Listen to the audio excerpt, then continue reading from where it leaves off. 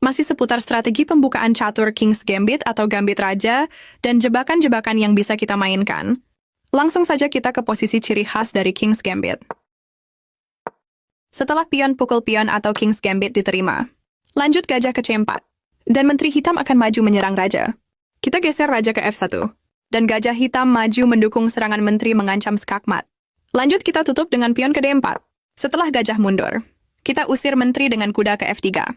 Di posisi ini, pemain hitam akan mulai melakukan kesalahan, dan kesalahan yang paling sering dilakukan ialah menggeser menteri ke G4, bermaksud tetap melindungi pion. Inilah saatnya kita memulai serangan balik sekaligus memberikan beban pikiran kepada hitam.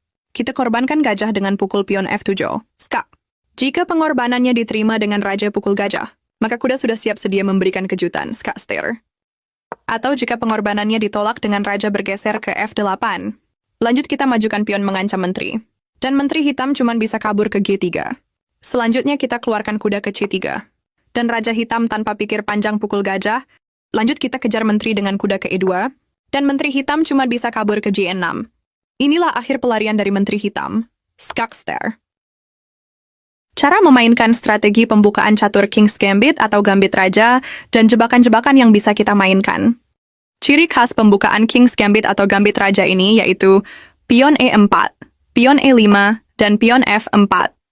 Pembukaan ini sebenarnya agak beresiko, karena kita memberikan ruang untuk menteri lawan mengancam raja kita.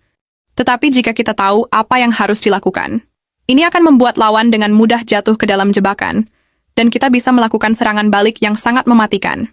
Mari kita mulai permainannya. Di posisi ini, kebanyakan pemain hitam akan pukul pion F4. Selanjutnya, kita keluarkan kuda ke F3. Jika hitam, pion ke J5 mendukung posisi pion F4 membangun serangan di sayap raja.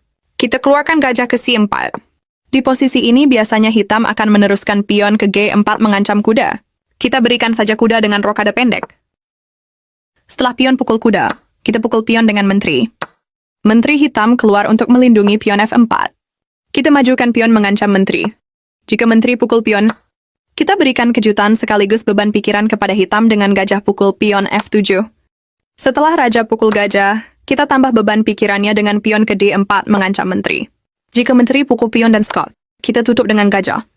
Jika menteri pukul gajah, maka akan gugur dengan sia-sia karena pion terpaku oleh benteng. Jika menteri pukul pion B2, kita pukul pion F4 dan skak. Dan jika menteri menutup, kita geser menteri ke C4 dan skak. Pion maju menutup. Kita pukul pion. Gajah menutup. Kita pukul menteri. Setelah raja pukul benteng, kita pukul pion B7, dan benteng hitam tidak akan terselamatkan. Dengan posisi seperti ini, lawan kalian akan mengibarkan bendera putih. Masih seputar strategi pembukaan catur King's Gambit dan jebakan-jebakan yang bisa kita mainkan. Langsung saja kita ke posisi ciri khas dari King's Gambit. Bagaimana jika di posisi ini King's Gambit ditolak dan hitam memilih mengeluarkan gajah ke C5? Kita lanjut keluarkan kuda ke F3. Dan hitam pion ke D6 melindungi pion E5. Lanjut pion ke C3 untuk menyupport pion ke D4 di langkah berikutnya. Hitam menteri ke E7 menyupport pion E5 sekaligus memonopoli jalur raja. Lanjut kita dorong pion ke D4 sesuai rencana awal. Dan hitam pion pukul pion. Kita balas pion pukul pion. Hitam lanjut menteri pukul pion menyerang raja. Di sini kita bisa menutup serangan menteri dengan gajah atau menteri tapi tidak perlu kita lakukan. Cukup kita geser raja ke F2.